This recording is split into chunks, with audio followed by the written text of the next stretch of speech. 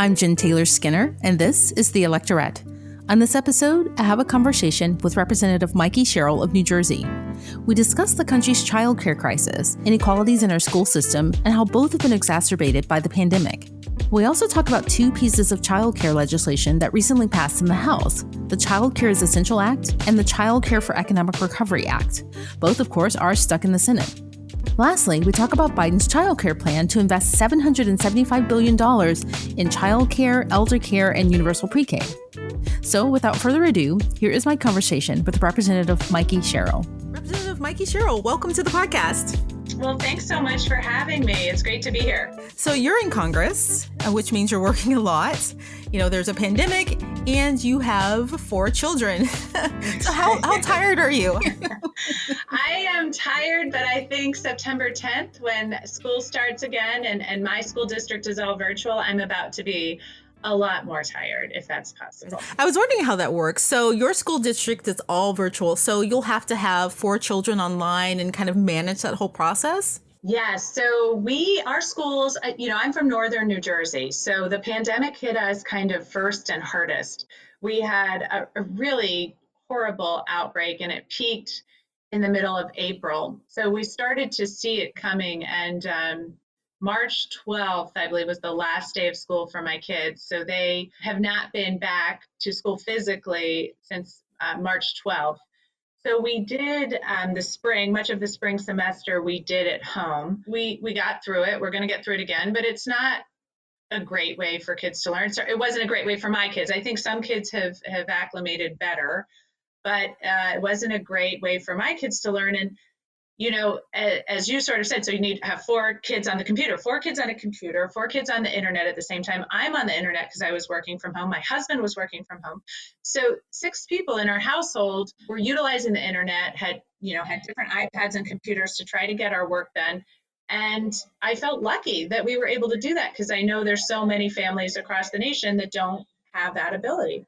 Right. I was seeing some story yesterday about some kids, they have to sit outside of the library or outside of some restaurant to get, Wi-Fi access, which is really, really sad, which kind of speaks to, the issues that were of inequality that were there to begin with, even before the pandemic. It speaks to the issues of inequality, and it speaks to that drive. I think in another way, it also shows you just how important our public schools are, and having a strong public school system. I'm a big believer in public schools, and to show how hard families are working to get their kids that education because they know how important it is. That's a horrible story. No kid should have to sit in a parking lot trying to get internet access. But that shows you how critical this is to families across the nation and how we've just got to do better. Yeah. And I'm a little bit, speaking of kids at home, I'm a little bit better off, I guess, or luckier than well, I don't have 4 kids. I have 2 kids and only one is school age. So the other one is, not going to be on a computer, hopefully. Yeah, you're maybe in that sense, but I also know how hard it is to get work done with a toddler, a younger kid. So I think we're all kind of in it up to our eyeballs right now. Yeah, and they eat a lot. That's one thing I've learned during the pandemic. The people in my house, they consume a lot of food. All the time. And I think some of it has to do with boredom too. Like when they get bored and want attention, they kind of come to you to fix them something. And I'm just as bad. I have certainly put on a few pounds during the coronavirus, thanks to my snacking program, which isn't working for me. So yeah, I hear you. Anxiety snacking. But so one of the things that's been uncovered that's been in the spotlight rather, because it hasn't been uncovered, it's always been there, is the gender disparity in pay, right? And, right. There's been lots of reports that have been coming out that said that during the pandemic, men will probably be more productive, they'll be more prolific, and they'll probably reap, more economic benefits, just depending on the industry, but just overall, right, in comparison to women. And that's one of the things that is going to come out. Women, again, are going to come out, on the bottom of this probably. How do we fix something like that? Something that's, partly deeply cultural. How do we fix that with policy? Well, Jen, I mean, you have really hit the nail on the head for some of my concerns, because I'll tell you what this looks like in, say, my neighborhood. I have a lot of friends. I'm in the suburbs of New York City. So a lot of people have a job in the city and then they have kids and they move to the suburbs, but they still have their job in New York. And it's really difficult with children to do the commute, to not be able in the middle of the day day to just run home to see a school play or something that your kid's doing at school, field day, something like that. So many parents, and a lot of times moms, make the decision to cut back on their job, either become a contractor or go part-time or come up with a more flexible schedule so that they can see more of their family. And yet those I've seen, those have been the first jobs to go in the pandemic. Those jobs have been the ones that, the contracts aren't renewed or the part-time workers are cut. So we've seen women losing ground in that way. There was a study on the gendered impact of the pandemic noting that 19 million children live in a single parent household, and 70% of those households are led by single moms. So I can tell you, as a working mom with a husband who's also working, it's been really, really difficult. If this burden was totally on me, that would make it exponentially more difficult to get my job done. And so I know we have so many women that are struggling. I was on the phone just recently with a woman from the Dana-Farber Cancer Institute, and she was talking about how the men are just churning out research papers because they don't have to take classes. They're really putting all their effort and work into some of their research, and they're getting such great results. And it's been striking that the women, as of the last time I talked to them, weren't doing the same. And yet I totally understood it, right? So here you are, if you're working in your office, even if you have to teach classes, still working in an office without your kids coming in to snack every 5 minutes is still more productive than not having to teach classes, but trying to work from home when you have small kids that you're trying to also take care of and meet their needs. And especially when it's school season and you want to make sure that they're getting their schoolwork done, it in some ways becomes really difficult to even get your basic job done at the same time. So I really worry about all of the losses that women are experiencing during this pandemic. So, what's really interesting about this conversation that we're both having is that we're living it, right? And we're talking about it from a policy perspective. I mean, because if we're real, a lot of this is going on in our own households, right? And I'm thinking about my relationship and with my husband in relation to childcare.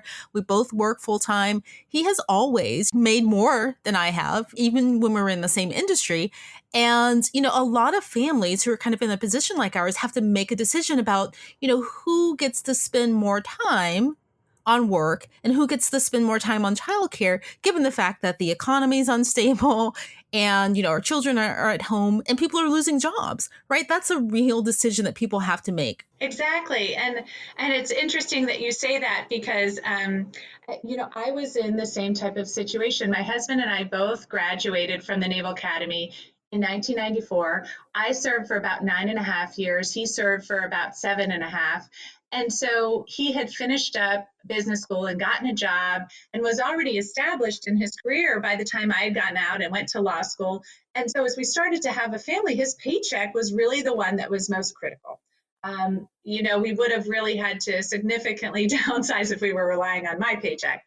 And that kind of carried over. And then, of course, as you go forward, I was the one that was pregnant.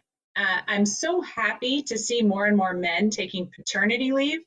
But even in 2005, when I had my first child, that wasn't routinely done. So I was the one taking maternity leave. And then because I was on maternity leave, I was the one figuring out childcare for our children because he was still working.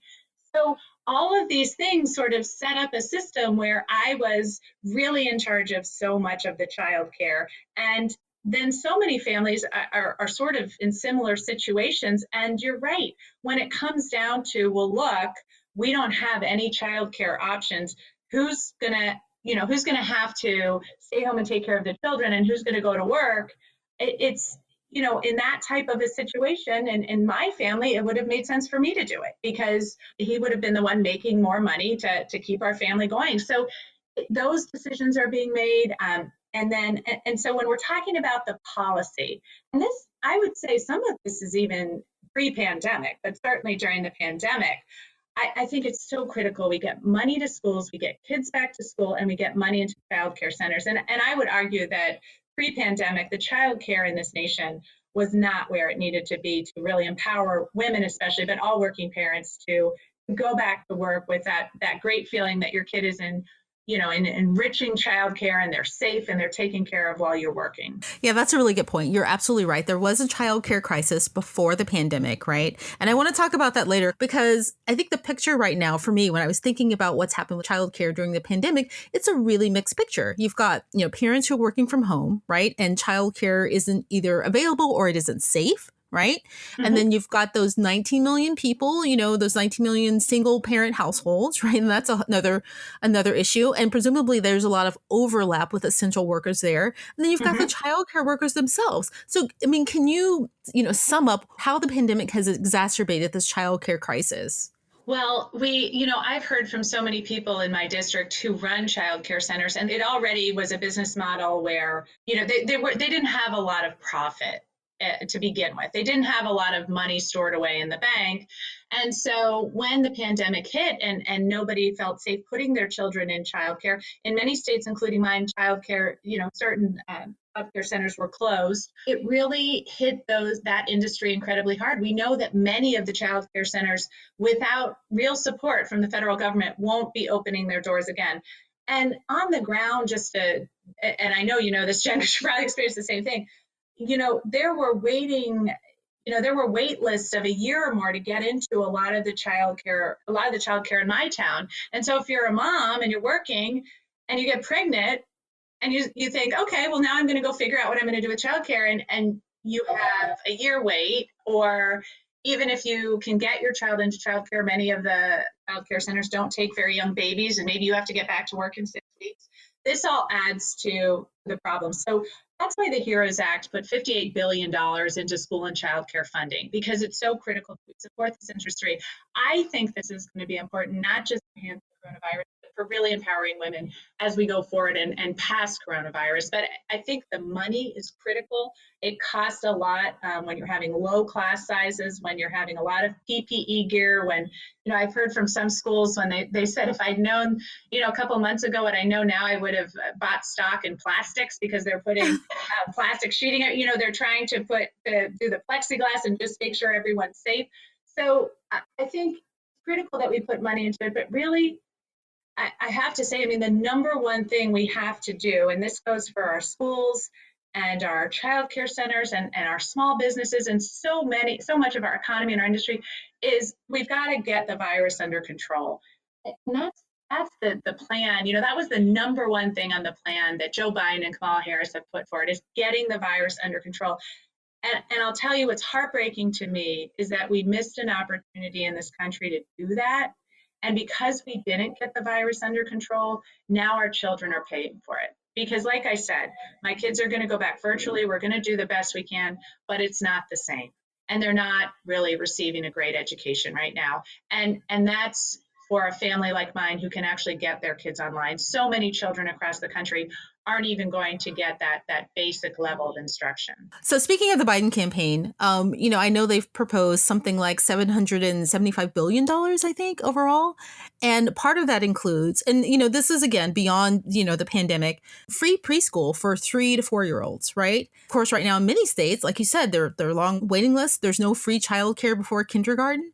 And I remember my own mom, and this was, ages ago, when I was 4, she opted to just put me into kindergarten early because, childcare was so expensive. Has a childcare package of this size, I know in my memory, in my adulthood, I don't remember anything being proposed at the presidential level of this size. Yeah, I think it's such a great proposal, because I know I come from a background of criminal justice reform. And when we look at things that can really make a difference in helping people and not having students on the school to prison pipeline, as we say, one of the best things you can do is invest in early childhood education. And it's not necessarily intuitive, right? How does investing in a 3-year-old give you gains for a 15-year-old down the road? It doesn't necessarily make intuitive sense. But when you look at all the studies, $1 invested in preschool can save society $7.16 in just the outcome of that individual. And so I think it's such a good idea. It's such a great, thoughtful, holistic idea to invest in early childhood pre-K. And too many times in this country, and this is not a Republican or Democratic thing, this is a societal thing. Too many times in our country, We don't want to put the upfront investment in things we know work, and we'd almost rather just pay when crisis hits. So we don't pay for Head Start, but we pay billions of dollars in prisons across the nation. We don't pay for preventative health care, but we end up paying billions in medical costs as we care for people in emergency rooms, or if we care for diabetes, or if we care for, we care for people with really bad health outcomes. So I think the plan to invest in early childhood education could not only reap great rewards for our society and our country, but I also think it could just really have a huge impact on individuals' lives and their opportunities down the road. So can you talk about the two pieces of legislation that just passed in the House? There's the Childcare is Essential Act and the Childcare for Economic Recovery Act. So what do those cover exactly? And I know in the House we've passed, there's a $50 billion child care stabilization fund. These are the community development block grants you may have heard of. And these awards kind of stabilize the industry. And then the Child Care for Economic Recovery Act that we passed in the House helps bring quality child care within reach of people, provides tax credits to support different providers. It makes the child and dependent care tax credit refundable, allowing low and middle income families to claim the credit for the first time. It expands things like the dependent care flexible spending accounts, which roughly doubles the amount that can be contributed to an FSA and provide flexibility for families who have unforeseen changes in dependent care needs, especially as a result of COVID. It helps create a new 30% refundable payroll tax credit for eligible employee dependent care benefits paid by employers. This is really, a lot of this goes towards stabilizing the child care market, but I love to hear the ideas that the Biden campaign has on really looking at how we take care of families. And I think that's what's so impressive of these broad-reaching plans. So both of those are bipartisan, right? The Child Care Essential Act and the Child Care Economic Recovery Act. Is that true? I believe they were both bipartisan and passing through the House, but we have not gotten a vote on them. What are the chances of that in the Senate? Probably. Well, unfortunately, Senator McConnell prides himself on killing bills. I think he's called himself the Grim Reaper or something of bills. Oh, so that's never hopeful. But this is such a critical need. If we want to restart our economy, we've got to take care of childcare. It's, if we want to get parents back to work, we've got to figure out how we're going to care for their children. And it's not just getting, all of this is tied together. If we want to get kids back to school, we have to make sure teachers have good childcare. If we want to get people back to work, we need to make sure parents have good childcare and parents can get their kids back to school. So all of these things kind of are part and parcel of what we have to do for an economic recovery. So tell me, so what do we do between now and January? Biden and Kamala Harris, they win in November, right? Let's just assume that. Yeah. The pandemic. Knocking on wood, but the pandemic is still going to be with us. Not only that, November from now till January, I think there's like 5 more months. It's only going to get worse. The childcare crisis is only going to get worse. What can we do between now and then, especially with, like you said, McConnell, things being frozen in the Senate? How can we get relief to families and to childcare workers? Well, we have been fighting in the House night and day to get more relief, to get another coronavirus bill passed, and we're not going to stop. We will, hopefully, the House is on you may not know this, the House is on a 24-hour recall notice, meaning that we have to get to Washington within 24 hours to vote because we are hoping to get a new coronavirus package. And I had hoped we'd already have a vote on that.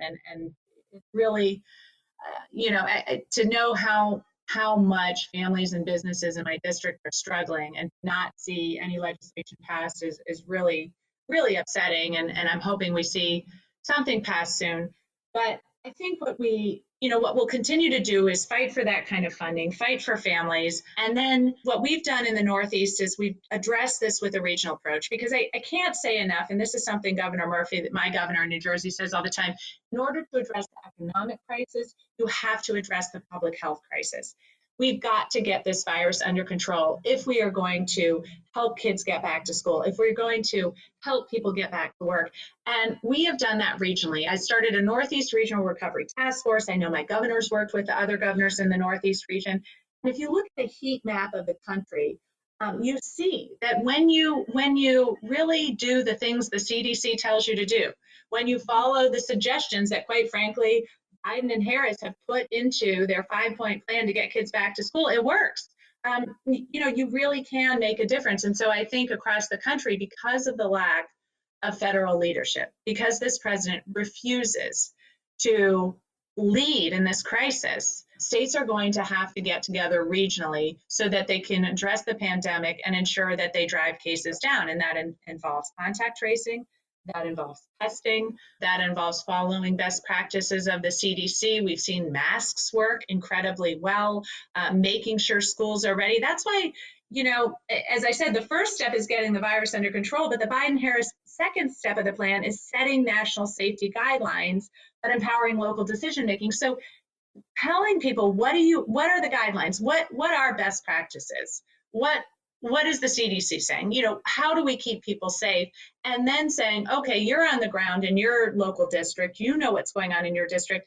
Can you safely get kids back to school? And these are all the things we're looking at. But until we get a President Biden and a Vice President Harris, I just like saying that, we get them in their seats, I think we're going to have to handle a lot of this as best we can regionally. Right. No, you're absolutely right. And that's the thing that we've been desperately missing is guidance on the national level, right? No one really knows what to do because there's this, block between the CDC and science and between like local districts, right? And so that's going to be really a relief for me personally and to all of us. But it also speaks to the fact that we need to invest in both our local governments and federally. So, not just thinking about, the upcoming presidential election, but voting in good representatives like yourself and like the ones I have in Washington State. So when, you have a situation like this, when your federal government kind of fails in a pandemic, which we won't have that in a Biden-Harris administration, but you do have local help. I mean, I have a great governor. I'm in Washington State. I have great representatives, but, they may be doing the right thing for our state, but there are other states where children and childcare workers and families are kind of suffering and they don't have the representation that I have. You're exactly right. I think we really saw Washington State set the model. You had a very proactive governor, even though New York and New Jersey had several lines of the virus coming in, which really made our outbreak one of the worst outbreaks in the nation. Washington State had the vector that came in mostly to the long-term care facility and was one of the earliest hit. But I think because of the early action by your governor and because the delegation worked so well together and so well with the governor, your representation, your state and local and representation and federal delegation was able to work hard to handle that. It's not perfect. I mean, quite frankly, what we need is federal leadership. We need the Defense Production Act. We need our factories producing PPE gear so people are safe. We need to make sure we have enough ventilators. We need to make sure that states aren't fighting over PPE gear and ventilators and driving prices up. All this needs to be handled at a federal level. And that's why I think it's so critical that we get Biden and Harris. And it's hard to see. I've been advocating for months now for the president and his administration to take a leadership role. And it's so difficult without it, because even though I just talked about the Northeast, even though we've seen the elected leadership in Washington State do so well, even if you get control of the virus in your own state, we're so interconnected. If the rest of the country is having huge outbreaks of the virus, you still can't open up the way you want to. New Jersey is the center of the East Coast. We're not an island. We're the most densely populated state in the nation. People are in and out of New Jersey all the time. And so we've set up guidelines and quarantine guidelines, but it's really difficult to ensure that our citizens are going to be safe if there's an outbreak of the virus across the country. But what do we do about kids who are heading back to school now, right? Probably this week. Some are remote learning, especially given all of the inequalities that we talked about earlier. And, those families that have to send their kids back to school. And they're nervous about that because we don't have a national plan or any national guidance. Well, I really just wanted to highlight closing the COVID educational equity gap. I think that is going to be critical in the months to come. We've seen now that not all education is going to be equal across the country. We know that there are kids suffering. We know that there are kids that are not receiving the type of education they need to be successful. And we are going to have to come up with thoughtful ways of making sure that we close that gap. I know that's something that Biden and Harris have highlighted. I think it's a critically important thing to highlight, because we cannot have there are so many ways I want to make sure this pandemic doesn't harm families for decades to come, but critically important is making sure that it doesn't harm the future of our children. We've got to make sure that we address the learning gap that we are seeing across the nation as soon as possible. But thank you. It's been really great talking to you, and I've really enjoyed being on your show, so thanks. Well, thank you so much for joining me. It was a real pleasure talking to you. Oh, my pleasure, and thank you again.